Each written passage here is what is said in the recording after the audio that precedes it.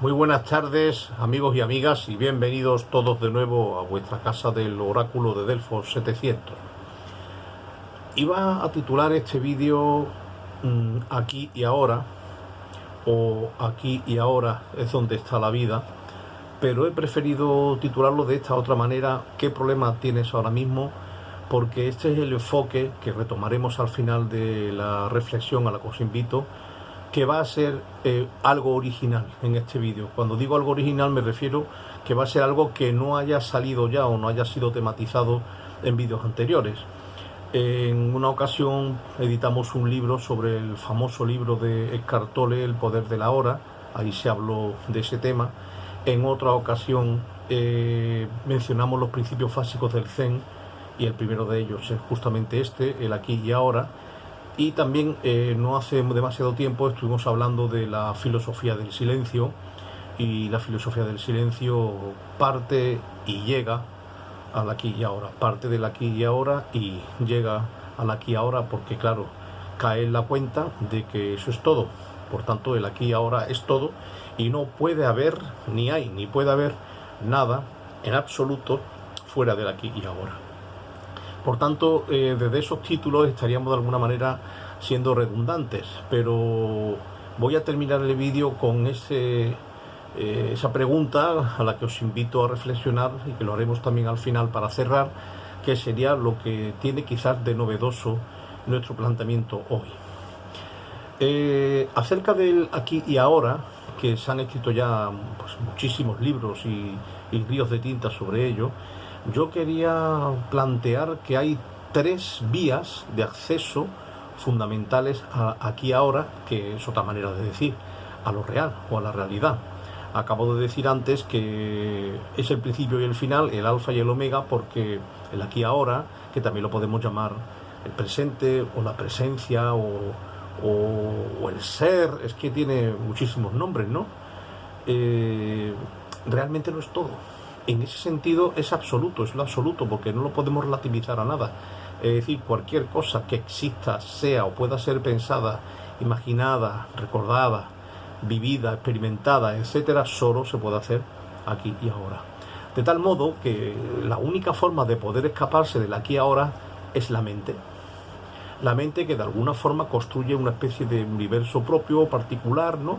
Y que por medio de dos facultades, que en realidad están diseñadas para otras funciones, que son la imaginación y la memoria, pues por medio de esas dos facultades la mente construye otros universos paralelos o alternativos, por los cuales pues cree un pasado, o se crea un pasado que lo hace real o lo actualiza por medio de la memoria, o crea de alguna manera un futuro que piensa que va a suceder o que va a ser real, y que lo diseña pues por la otra función, que es la imaginación.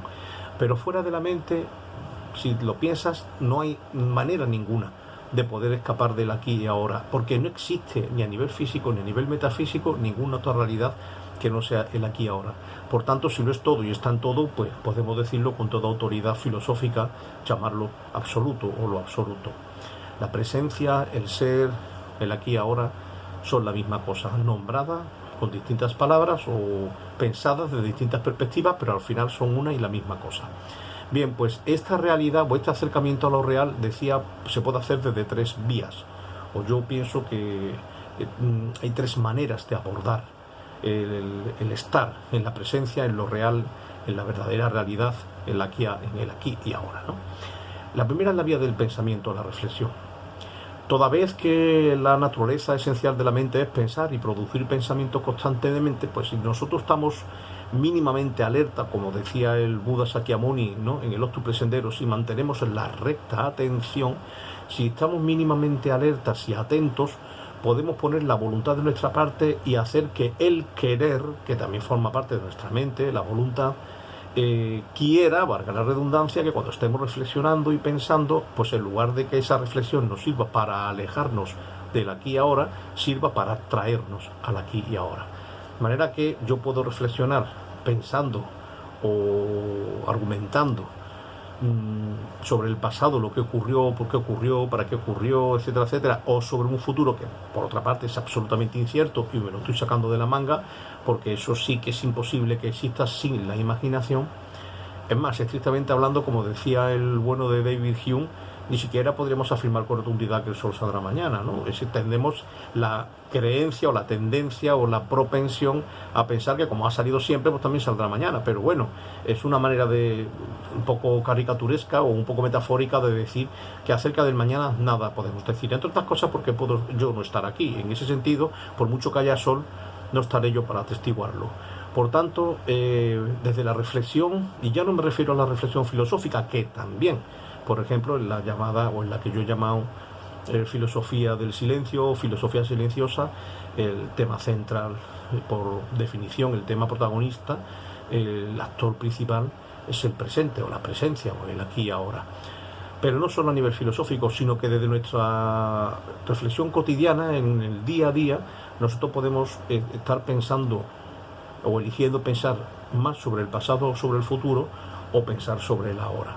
Entonces yo recomiendo como una primera vía decir, bueno, pues vamos a ver si lo real es el aquí y ahora, pues vamos a poner a nuestra voluntad, trabajar a nuestro servicio, y que en lugar de que la voluntad sea un mecanismo de evasión, de huida de esa realidad, de intento de escapatoria de lo que es, pues que la voluntad me ayude a pensar acerca de pues, poder comprender o saber qué es lo que está sucediendo, qué es lo que ocurre aquí y ahora.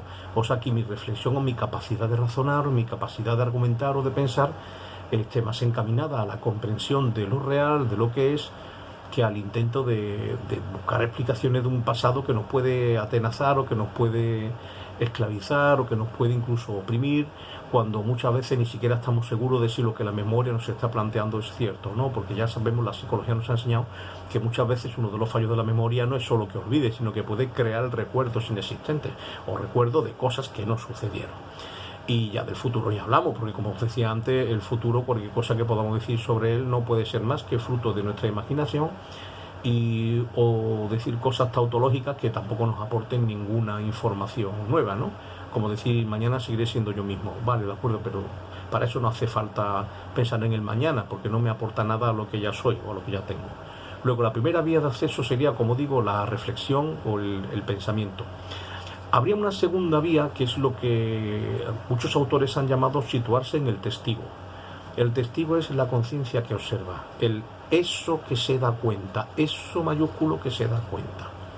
Es decir, que cuando yo me identifico con mis pensamientos, con mis emociones, con mis sentimientos, etcétera, pierdo de vista la conciencia que observa, la conciencia observadora, y entonces confundo la realidad con mi pensamiento y a mí también con ese pensamiento. Sin embargo, si yo tomo distancia, ¿no? y cobro conciencia de que mis pensamientos o mis emociones no son yo, sino son simplemente pues un resultado de lo que produce mi mente, puedo observar mi propia mente, entre comillas, desde fuera. Es decir, es como yo puedo ser consciente de lo que estoy pensando, y en el momento en que estoy consciente de lo que estoy pensando y de lo que estoy sintiendo y de lo que estoy viviendo, de algún modo me sitúo fuera de ahí. Como decía Alejandro Jodorowsky, sería como si estuviéramos viviendo un sueño o una película. Es decir, yo me observo, pero me observo desde la conciencia atenta. Y en ese momento caigo en la cuenta de que yo no puedo ser lo observado, porque el sujeto no puede ser el objeto. Si yo observo mi mente, es que yo no soy mi mente.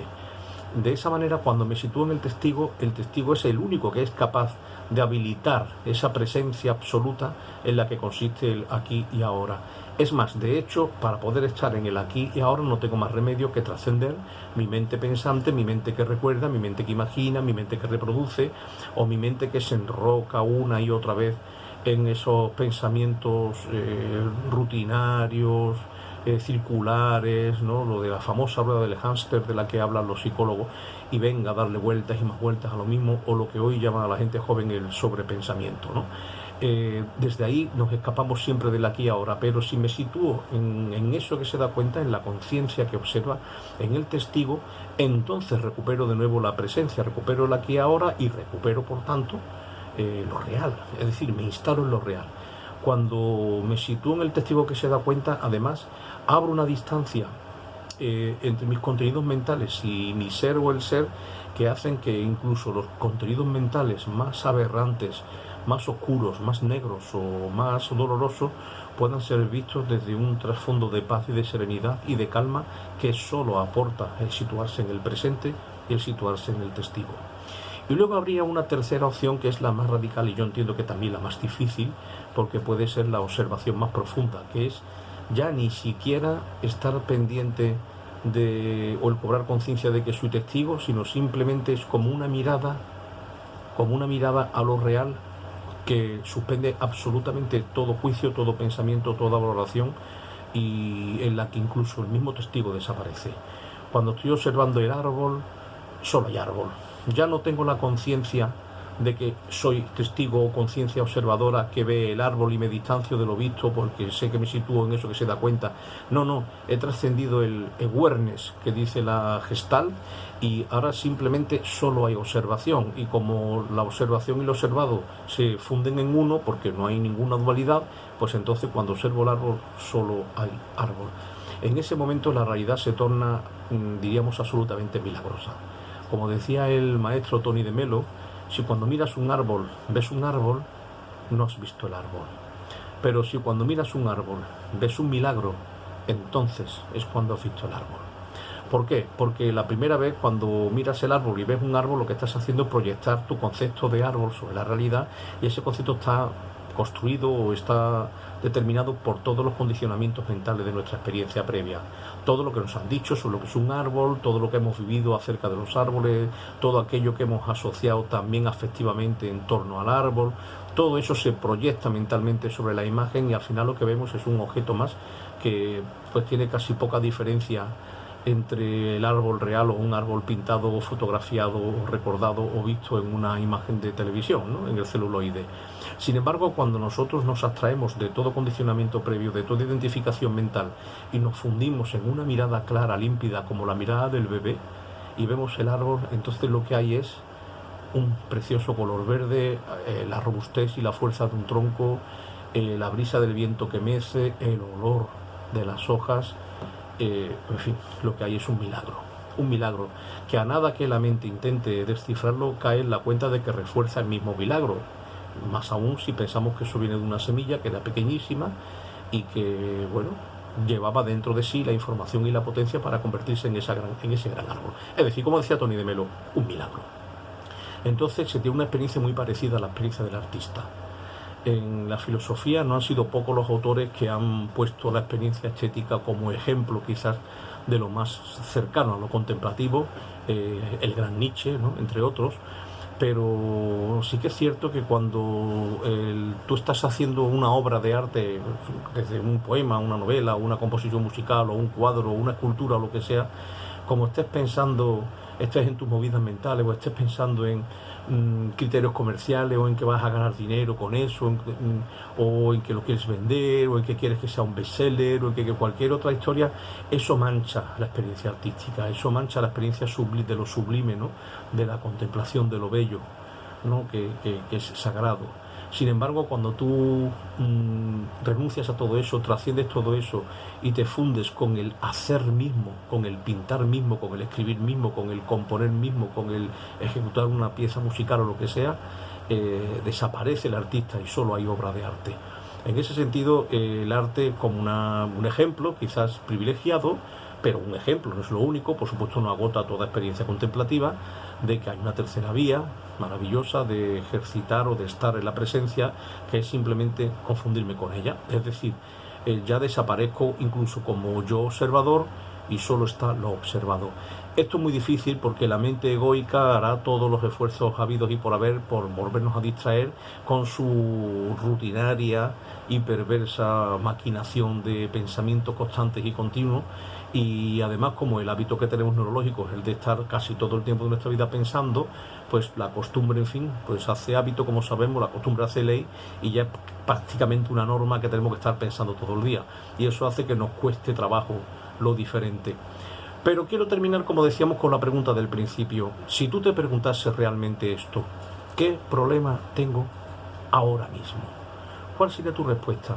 Debo aclararte, para ayudarte un poco en esa conciencia o en esa autoconciencia, que ahora mismo no significa qué problema tenía hace una hora o cuál voy a tener dentro de una hora o de 5 minutos o de un minuto, sino en este preciso instante. ¿Qué problema tengo ahora mismo? quiero que compruebes si es cierto o no que para que tengas problemas tiene que estar la mente pensante de por medio, tiene que estar el ego de alguna de las formas. Porque si lo que está es simplemente la conciencia abierta y contemplativa, pues ya tú me dices qué problema hay en este momento. Y cuanto más veces te acuerdes de hacerte esa pregunta, mejor será para ti y para tu desarrollo personal y para tu desarrollo en profundidad, no en realizar tu ser profundo, tu verdadera identidad. Cuantas veces puedas y te acuerdes, pregúntate, ¿qué problema real tengo ahora mismo? No el que tuve ayer, no lo que mi mente me está recordando, no lo que me agobia que voy a tener que hacer dentro de una semana y no me apetece. No. En este momento. Y prefiero no decirte más nada para que sea tu ser profundo en el que, a base de repetírtelo y de preguntártelo, pues te dé la respuesta que solo tú puedes obtener. También te recomiendo que si eres practicante de meditación o zazen, pues también incluyas esta pregunta como una especie de koan de fondo cuando silencies tu mente y tu cuerpo. ¿Qué problema tengo ahora mismo? Pues nada, como siempre, ya se nos ha ido el tiempo. Si te ha gustado, puedes darle a me gusta o compartirlo con tus amigos o dejar tus comentarios. Y una vez más, muchísimas gracias por estar aquí.